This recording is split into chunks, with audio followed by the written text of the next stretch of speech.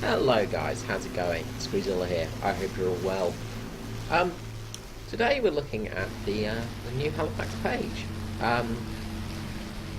Brand new plane in War Thunder, down the British Bomber line. It's relatively low tiered actually. It's I think it's just before the Sterling or just after the Sterling.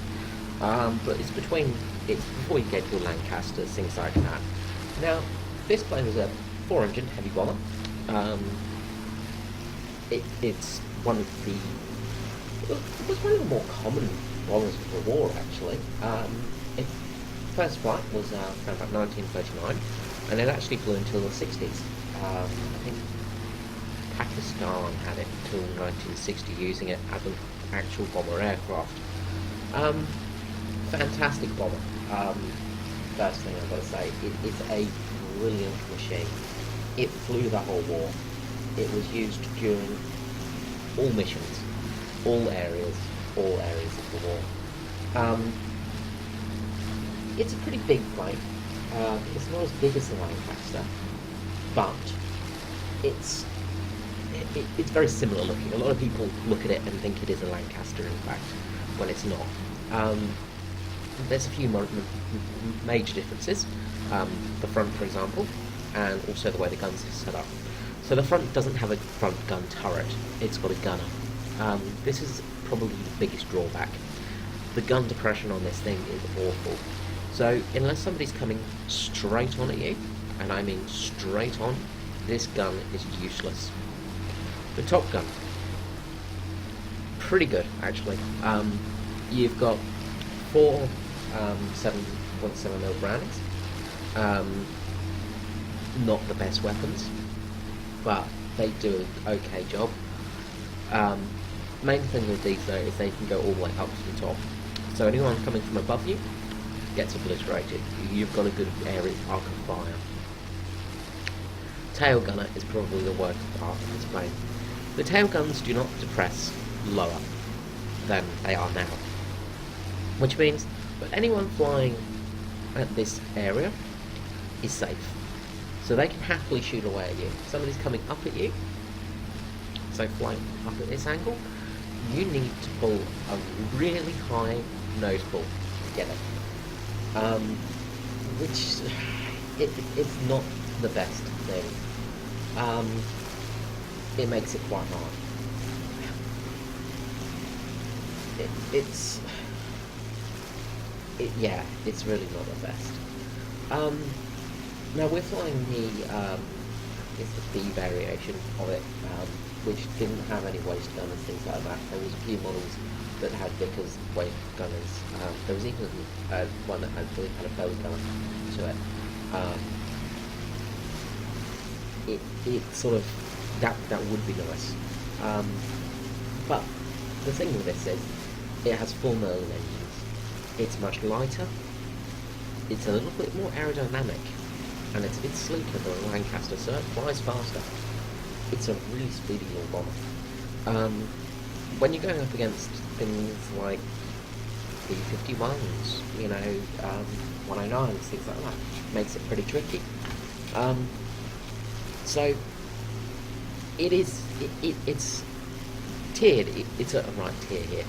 You don't want it to be any higher because it's just a slaughtering ground. But for the British, it's a nice bomber to have in this area. It's another little bomber for our arsenal. Bomber gameplay, yeah, I wish they'd do a little more for it, but, well, you know what that's like at the moment. Carries 15 bombs, 15 500-pound bombs, or 250s, and it can carry up to a total of 6 1,000-pounds, and then I think about 5 or 10,000 pounds. 500-pound bombs. Now the bomb bays, as you saw, are located in the wings here and in the bomb bay. So I just dropped my first load, and there's a P-51 coming in at me. Now this is what I want to talk to you about Halifax. It's survivable as hell. Now this P-51's coming in. I'm trying to angle my guns to get some shooting off using my AI gunners. Now, the AI are not engaging yet, but they're trying to. He, at this position, is really hard to hit. Now, I just dropped another load of bombs there on another base.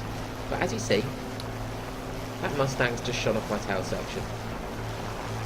Now, in a Lancaster, this would be a death spin. We would be screwed. But this is the page, and thanks to the boomerang player there, he saved my life.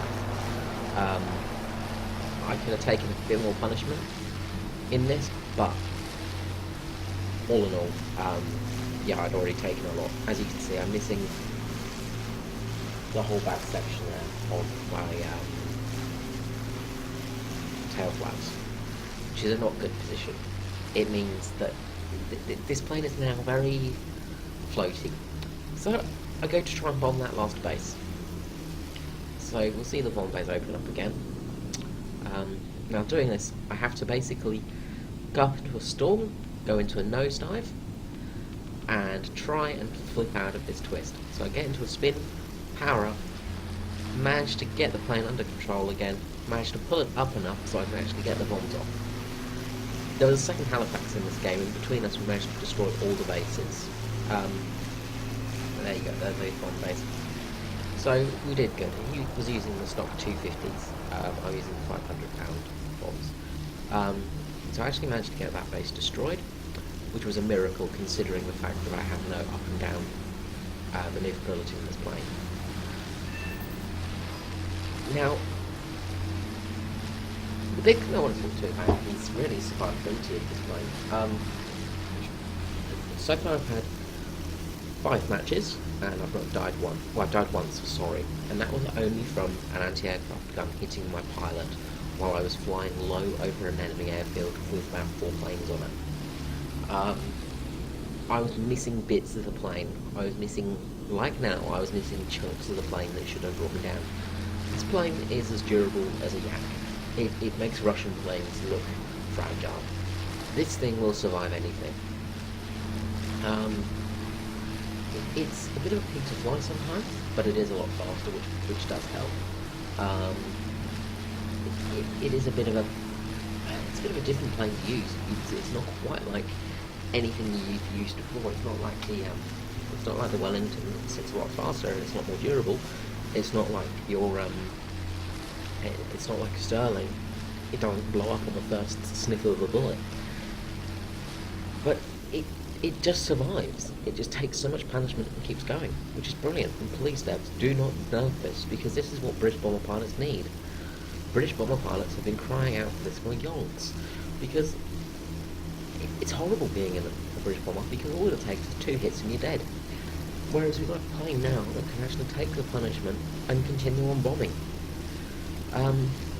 So, using my flaps here, I put my flaps into a compact position to help provide some lift, and then use my engines to help counteract that, bringing them between 30 to 50% throttle ratio, just to keep the plane nice and level, so it doesn't go up too much to stall. But I'm pretty confident I would have made it back to base. I was screaming at the team a little bit to tell them to hurry up and kill the other planes, because I did want to make this plane survive this fight, and well, we did. But, well, really this is what I wanted to show you, just how survivable this plane was. It's a brilliant new inclusion into the game. I'm so happy it's here, because it was a workhorse of the RAF. It was a workhorse of so many different countries during the war, and it did so much for the war effort. It wasn't the most, well, it wasn't the most luxurious plane, but it was one of the most well used. Australia, Canada, Egypt, France, Pakistan, Poland, England all used this during the war. After the war, it had a long life as a what am I talking about? Postal plane. It had been used in all kinds of civilian operations. It's a very versatile plane, and it just works very well. yeah, thank you for giving us a plane at last. It's pretty fun to fly. So, with that, I'm going to head off, and this is pretty much the end of the video now. We actually get the game victory pretty soon, which was very, very, very good, and I was very thankful for, because I did not want to try and land this on that tiny little landing strip, but I'm confident the plane would have survived. Okay guys, squeeze it out, I'll catch you next time. I hope you have a good day.